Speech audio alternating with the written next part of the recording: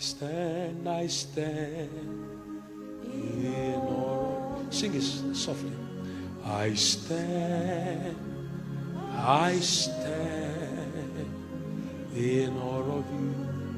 Our generation has almost lost that. Holy God, to whom all praise is due. I stand in awe. It sounds like a soft song, but I will show you the depth of it. The awe of God is not something to play around. I stand in awe of you. I stand, Ghana, I stand in awe of you. Holy God, to whom all praise is due. I stand in awe. Holy God, to whom all praise is due. I stand in awe. I stand in awe of you. Kai. I stand. Isaac stands in awe of you. Holy God, to all praise is due. I stand in awe.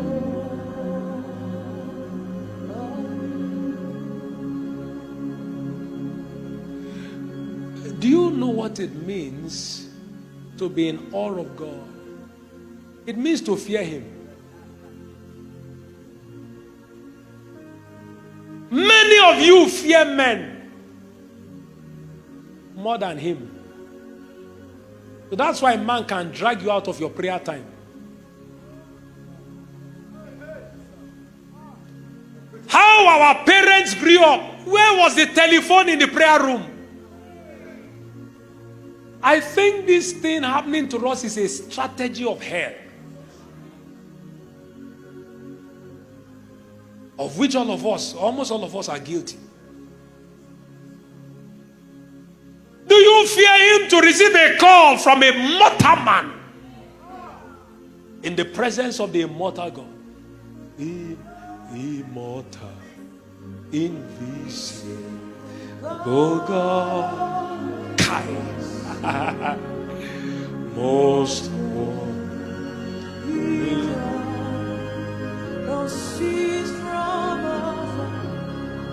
most precious, most glorious, the ancient of days.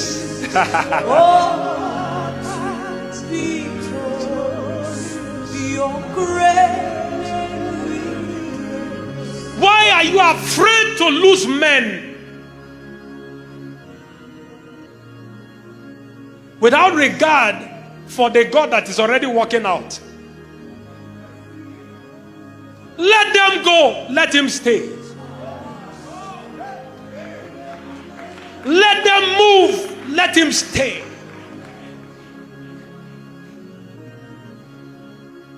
We now need to begin to review our fear. How much do we really fear him? Many are in church but not in touch. Many have the form but lack the power. Many have the act but lack everything that should follow the act. God is saying, bring a generation back to fear me. Now when it's prayer time, even your boss calls you. When you close work, you should close work. When you are with God, you are with God. What were you doing? Not, oh, I didn't hear it ring. I was in the presence of my Father. What are you ready to lose to keep him? There are places we carry this kind of message, they will never invite you back. But I'm coming again. And I think we need to be having something like this every year.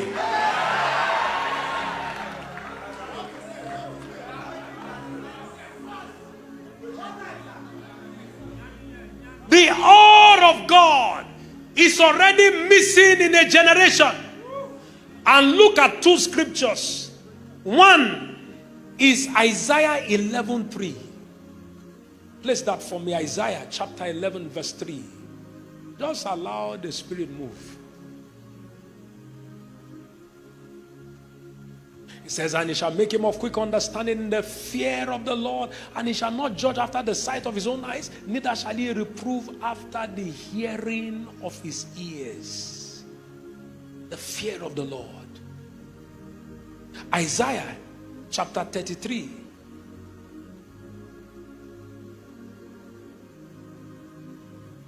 Let's leave that. Let's go to Psalm 24. Psalm 24. 3-4. For who shall ascend? And I said at the beginning, we're about to ascend. Who shall ascend to the hill of the Lord? Or who shall stand in his presence? Element number one. He that has a clean hand and pure heart, and has not sold his soul to vanity or sworn deceitfully, he shall receive the blessing, the awakening, the revival from the Lord, and righteousness from the God of his salvation.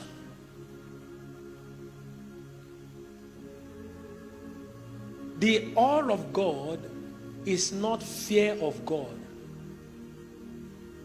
Sorry, not fear for God. The fear of God is different from the fear for God. So we are not saying run away from him.